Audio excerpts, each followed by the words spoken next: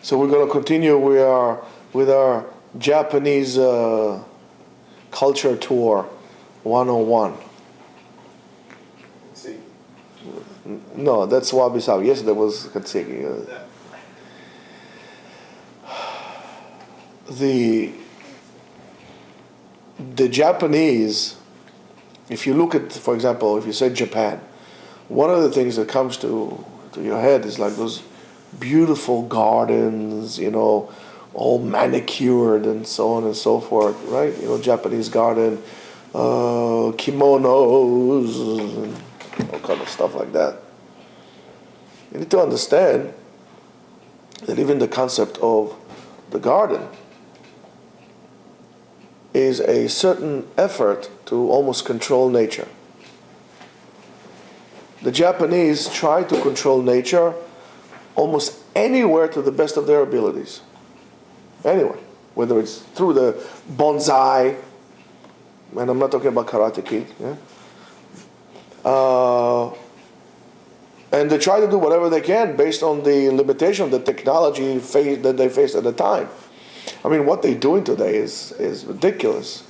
With the buildings that they build, I don't know if you remember or you saw it, when they had the mega earthquake, it was a 9.0 earthquake, you saw skyscrapers moving like this, and they're not falling.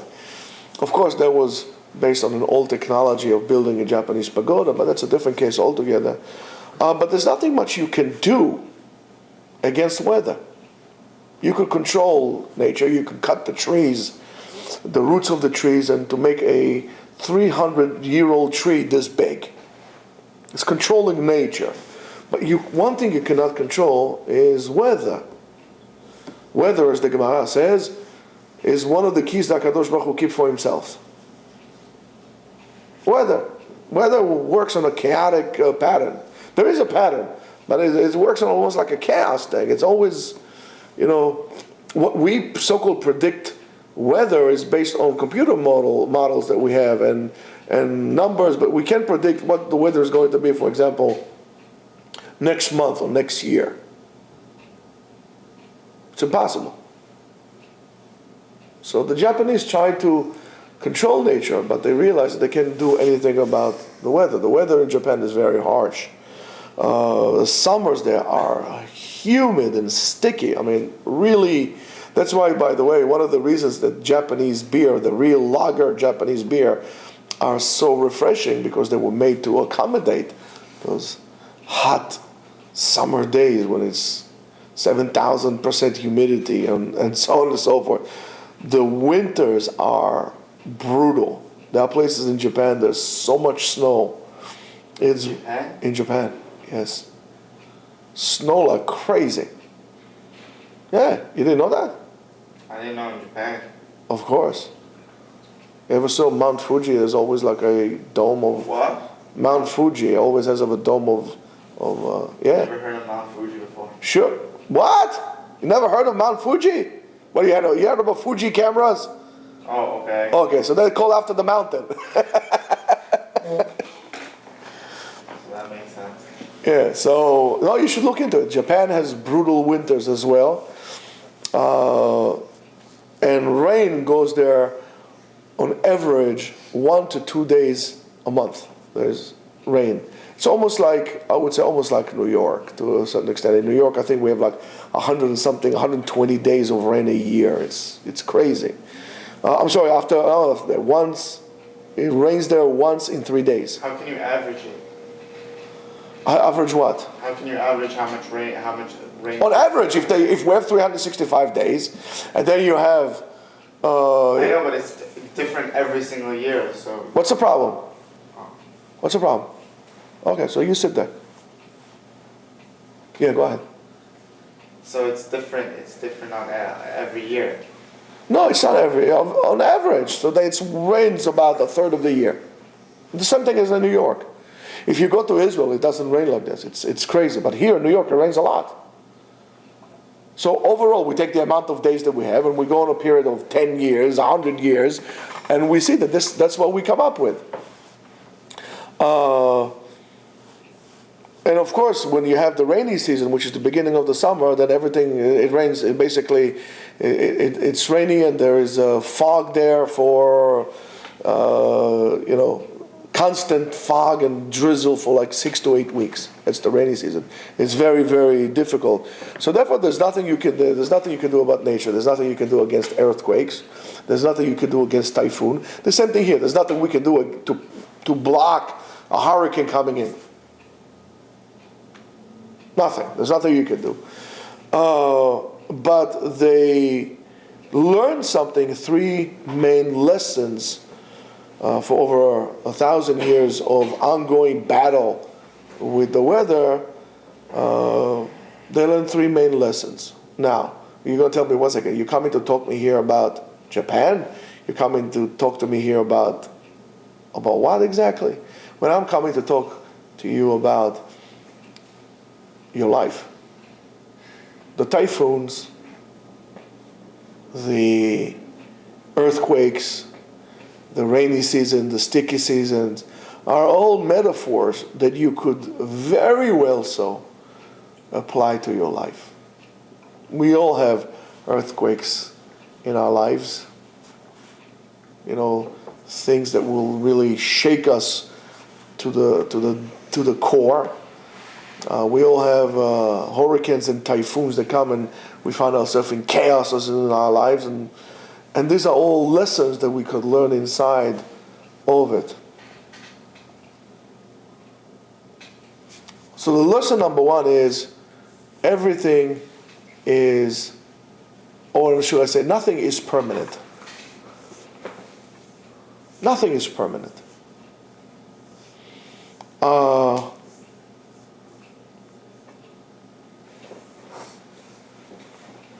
The desire of man to engrave himself into the endless, to things for less forever, whether it's his name or his houses and so on and so forth, is a natural occurrence in mankind. We're afraid that we're going to pass out of the world and nobody will remember us, which most likely will happen.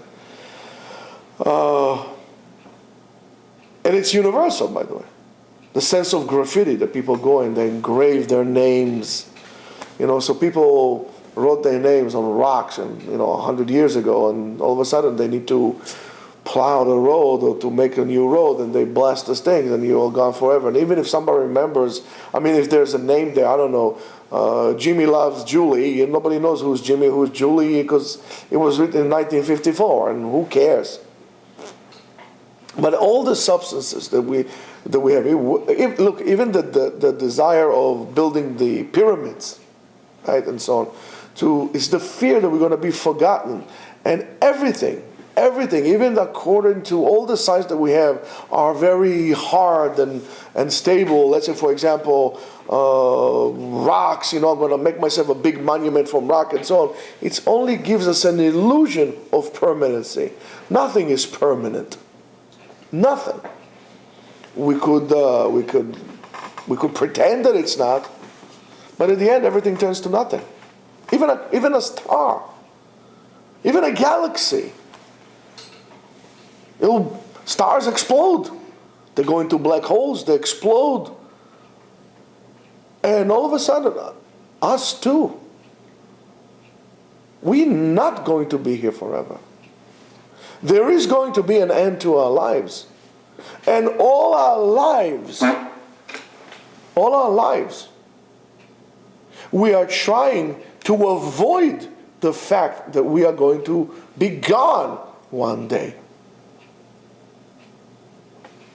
And we're wasting so many resources on that notion, on trying to simply avoid the fact, to push it away, to deny it, by doing all those things instead of putting the effort and the resources on what is really important.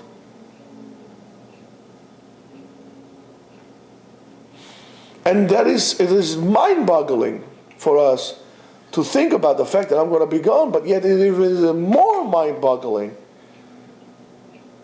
to all of a sudden realize that, and to say, why are we wasting our resources, our energy, our youth, our power on something that is nonsense? It's an illusion. Do you know who was the 15th president? One before Lincoln. Yeah, what was his name? I'm sure at the time it was a very famous person.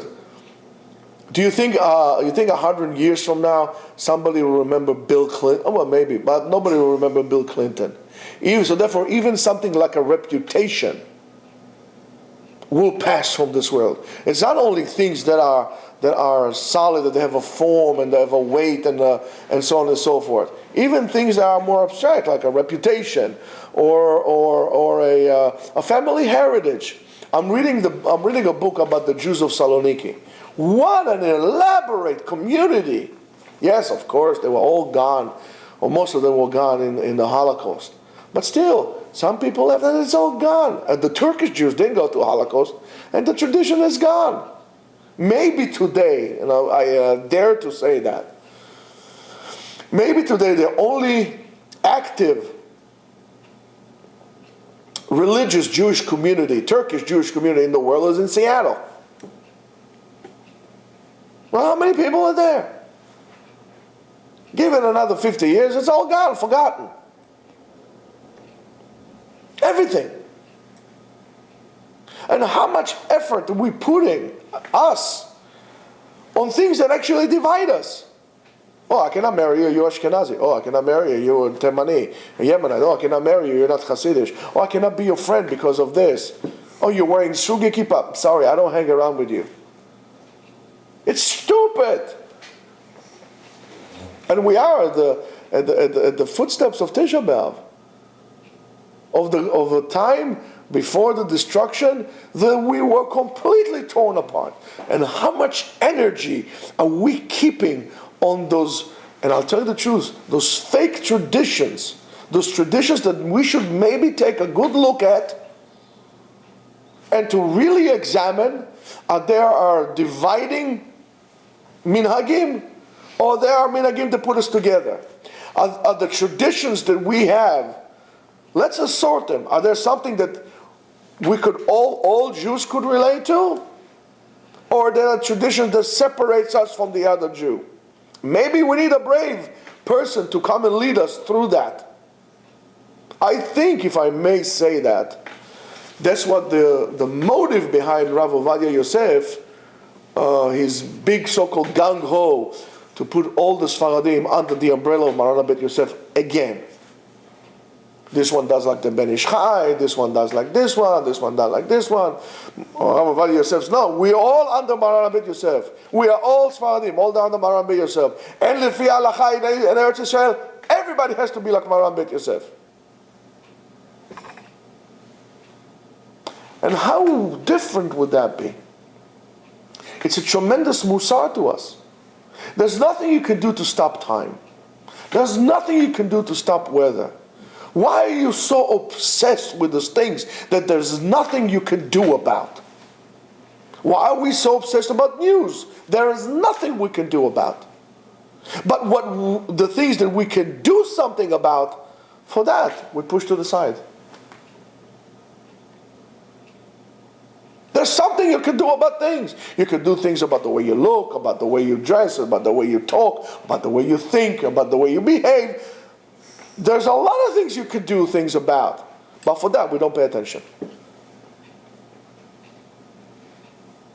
Okay, so it comes from I use the platform of a Japanese philosophy for that. But what difference does it make? Is it true or it's not the truth? And if it's the truth, it's the truth.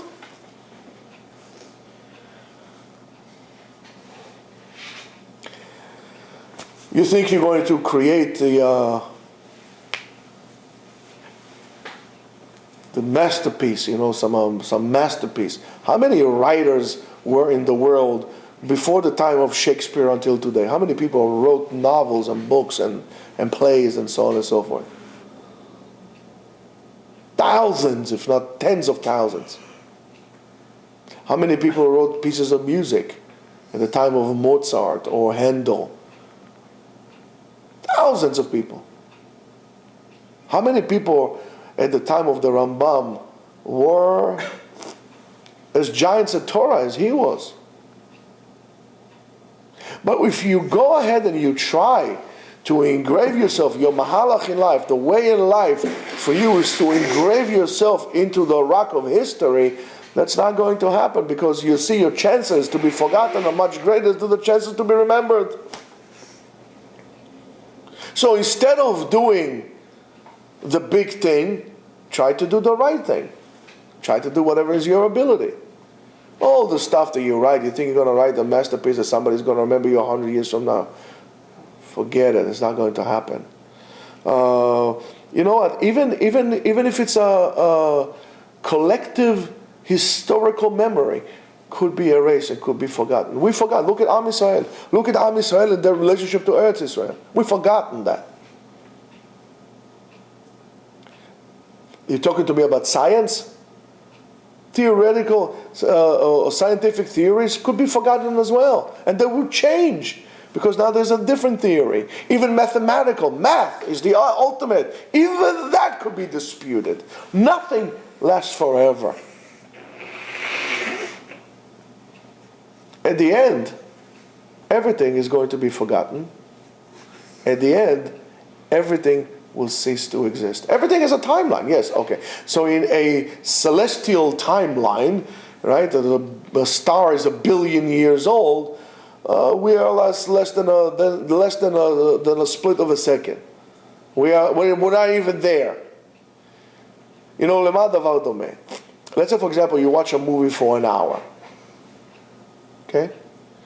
And in the movie of an hour, you have a lot of frames that the movie, I don't know, they put something like, 40 frames a second or something like that, right? So in one frame, I put a picture of you. Just for one frame. You think it's going to be noticed in the movie, on the hour-long movie? Of course not. It'll be there, but it won't be noticeable. This is how we are to the universe. We are a glimpse. We're no more than a vapor. We're not even a vapor. And we waste so much time for that. So you're going to tell me that's depressing. I'll tell you, absolutely not. That's a freeing message. I'm trying to make you realize that you are actually free. If you're free from trying to eagerly engrave yourself into the walls of history, you're free now to do what you can do, what you should do. You're free to do the job pick up the job that you want. You're free to live the life that you want. You're free to become who you are. You're free to come and learn Torah every day. כי אין לך בן חורין אלא מי שעוסק בתורה. You are only free if you learn Torah. You want to connect yourself to eternity? There are two ways. Connect yourself to HaKadosh Baruch Hu, connect yourself to the Torah, which is basically one way. All the other things in the world are passing through. Everything is determined to extinct. The only thing that stays forever is HaKadosh Baruch Hu and His Torah. So the only chance for you to connect yourself to eternity is to connect yourself to HaKadosh Baruch Hu and His Torah. And realizing that you are actually free. So today is a good day. It's a good day to start living. Because you realize today that you're actually going to die. So have a great day.